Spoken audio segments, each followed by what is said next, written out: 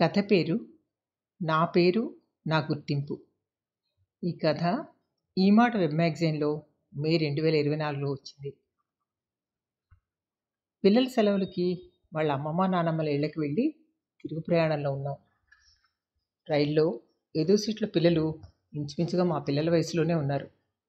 వాళ్ళంతా 2-3 కుటుంబాలు, బంధువులు, స్నేహితులు కాబోలు. పిల్లలంతా తమ స్కూళ్ళ గురించి, టీచర్ల గురించి, అమ్మా నాన్నల గురించి అన్నీ కలగాపులగంగా మాట్లాడేసుకుంటున్నారు. అవతల పెద్దవాళ్ళు కూర్చున్నారు.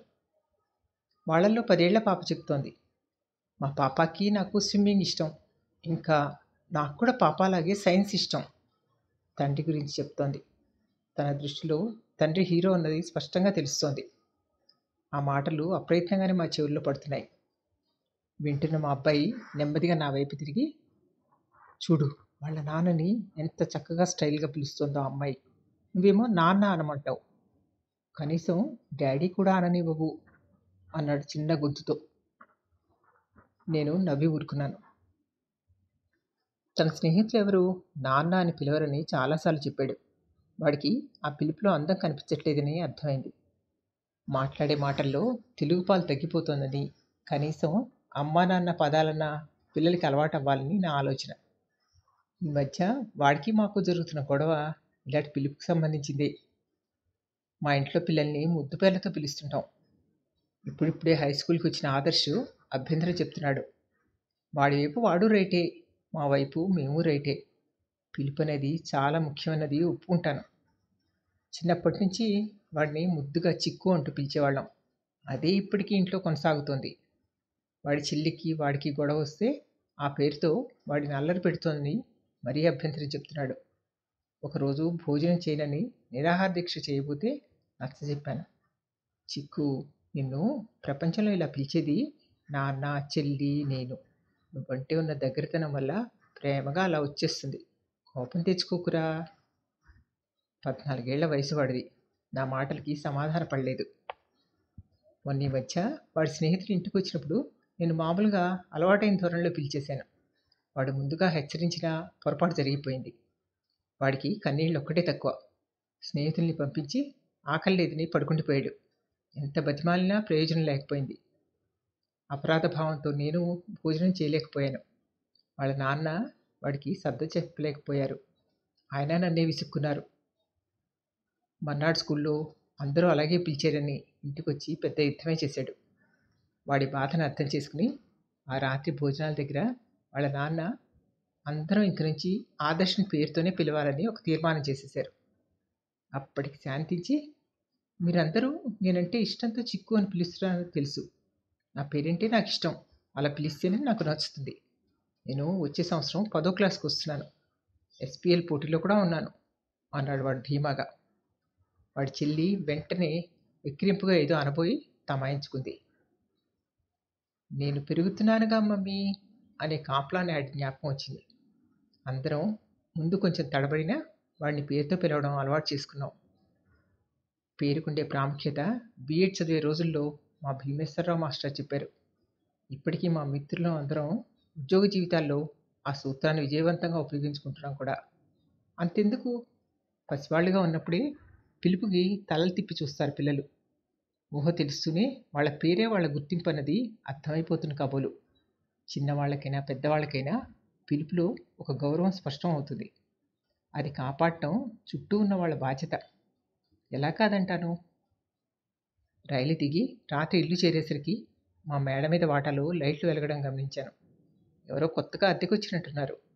ఇంటి ఆవరణలో కాగితం రాకెట్లు, సగం తిని పడేసిన జామకాయలు కనిపించాయి. ఖాళీ చేసిన అట్టపెట్టెలు, తాళ్ళు మెట్ల మీదే ఉన్నాయి. మర్నాడు వెళ్ళి పరిచయం చేసుకోవాలనుకున్నాను. 10 రోజులుగా వదిలేసిన ఇల్లు సర్దడం విసుగ్గా ఉంది. ఇన్నాళ్ళు తీరిగ్గా గడిపొచ్చానేమో మరీను. పనులు ముగించి భోజనం చేస్తూనే నిద్ర కమ్ముకొచ్చింది. ఏదో పెద్ద శబ్దం వినిపించి గాఢ నిద్రలోంచి గబుక్కని లేచాను. ఖంగుమంటున్న గొంతు. కదిలేరంటే వీపు విమానం మోత మోగిపోతుంది. సర్దలేక విసుగొస్తోంది. మీరు ఇల్లంతా కింద మీద తొక్కుతుంటే ఊరుకోను అంటోంది ఆ గొంతు. నిద్ర వదులుచుకుని వదిలిపెట్టిన పనులని అందుకున్నాను. నాన్నగారు, మిమ్మల్ని కదలొద్దని చెప్పాను. ఒకచోట కూర్చోండి. ఇందాకటి గొంతే. పెద్దవాళ్ళు ఉన్నట్టున్నారు. సాయం చేద్దామని ఉన్నా వాళ్ళకి చేసే ఓపిక ఉండదు. కాళ్ళకి చేతులకి అడ్డంగా అనిపిస్తారు. సాయంకాలం మా ఇంటికి పిలిచి కూర్చోపెట్టుకోవాలనుకున్నాను. ఇంతలో పెద్దగా నాన్నగారు అన్న కేక వినిపించింది. పెద్దాయన్ని మరీ అంత గట్టిగా కోప్పడుతోంది. ఎంత తండ్రి అయినా పాపం కూతురు కేకలకి బిక్కు చచ్చిపోయి ఉంటాడు. భార్య లేదేమో ఆయనకి. కూతురు ఇల్లంటే స్వతంత్రం అని ఇక్కడ ఉంటాడేమో. నా ఊహలు సాగుతున్నాయి. చిన్నంతరం పెద్దంతరం లేకుండా ఆవిడ అలా విసుక్కోవడం బాగోలేదు. తండ్రితో అలాగైనా మాట్లాడడం, కాస్తైనా గౌరవం లేకుండా నెమ్మదిగా సర్దుకుంటే ఏమైందని అలా హడలు కొడుతుంది ఎందుకో. ఆవిడ తీరికి పలకరించాలని లేకపోయినా కాసేపు ప్రశాంతంగా కూర్చుందుకు ఆయన్ని మా ఇంటికి తీసుకురావాలని అనుకున్నాను. ప్రయాణ బళ్ళకి తీరి రోజువారి పనుల్లో పడ్డామని అమ్మకి ఫోన్ చేసి చెప్పాను. మాటల్లో అమ్మ చెప్పింది, కాంతత్తకి అస్సలు బాగోలేదని, ఎప్పుడో ఇహనం అన్నట్టుందని. కాంతత్త మా చిన్నప్పుడు తరచూ నానమ్మని చూసేందుకంటూ వస్తుండేది. నానమ్మకి దూరపు చుట్టమే అయినా అమ్మ, నాన్న, నానమ్మ ఆవిడంటే ఆపేక్షగా ఉండేవారు. కాంతత్తని అత్తవారే కాకుండా పుట్టింట్లో సవత్తల్లి కూడా ఏడిపించుకు తినేదని చెప్పేవారు. ఆవిడ గొంతెమ్మ కోరికలన్నీ అమ్మ శాంతంగా తీర్చేది. మా నాన్న ఇంట్లో ఉన్నంతసేపు మేము చేసే అల్లరి చూసి ఆవిడ ఒకరోజు అడిగేసింది, ఏరా ఇదేం పెంపకం? ఎంత ముద్దైతే మాత్రం అలా పిల్లల్ని ఎత్తికెక్కించుకుంటారా?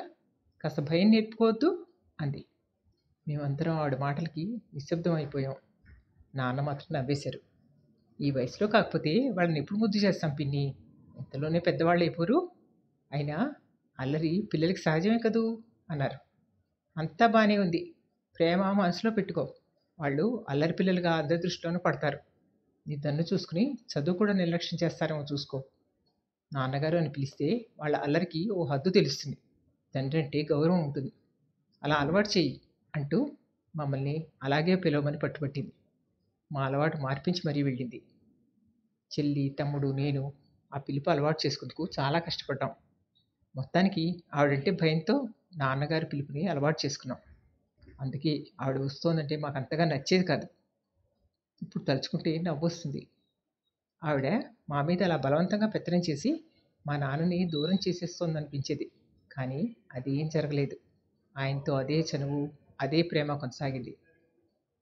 మెట్లెక్కుతుంటే మరోసారి నాన్నగారికి అక్షంతలు పడుతున్నాయి. ఈసారి లేస్తే కాళ్ళు విరగ్గొడతానంటోంది. పైగా నోరెత్తద్దంటోంది.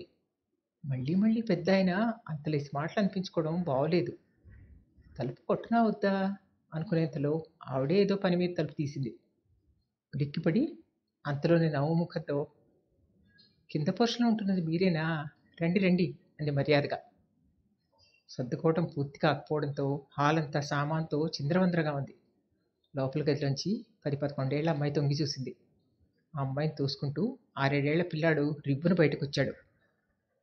తల్లి వాకిలి వైపు తిరిగి ఎవరితోనో మాట్లాడుతోందని గమనించి అక్కడ పరిచి ఉన్న సామాన్లలోంచి వాడి ఆట సామాను ఏదో వెతకడం మొదలెట్టాడు. చప్పుడుకి వెనక్కి తిరిగిన ఆవిడ ఒక్క కేక పెట్టింది, నాన్నగారు కదలొద్దన్నానా అంటూ. నేను తుళ్ళిపడ్డాను. ఆవిడ అంతలోనే సర్దుకుని, వీడి పేరు మా మామగారి పేర్లేండి, అందుకే పేరు పెట్టి పిలవం అంది మామగారి మీద మర్యాద ఉట్టిపడేలా. తెల్లబోయాను. మామగారి మీద గౌరవంతో పేరు పెట్టుకోవడం వరకు బాగుంది. ఆ పిలుపులో కనిపిస్తున్న నిర్లక్ష్యం మాత్రం చిత్రంగా తోచింది. పెద్దల పేరు పిల్లలకు పెట్టకుండా ఉంటేనేమో. పెద్దల్ని గౌరవించాలని పిల్లలకి నేర్పుతాం. అలాంటప్పుడు ఇలాంటి సన్నివేశాలు వాళ్ళకి ఎలాంటి అవగాహన కలిగిస్తాయో. పిలుపుల్లో ఇన్ని రకాల సమస్యలున్నాయని ఇప్పుడిప్పుడే అర్థమవుతోంది. ఆదర్శ్ చెప్పినట్టు ఎంత సున్నితమైన విషయం ఈ పిలుపు అన్నది.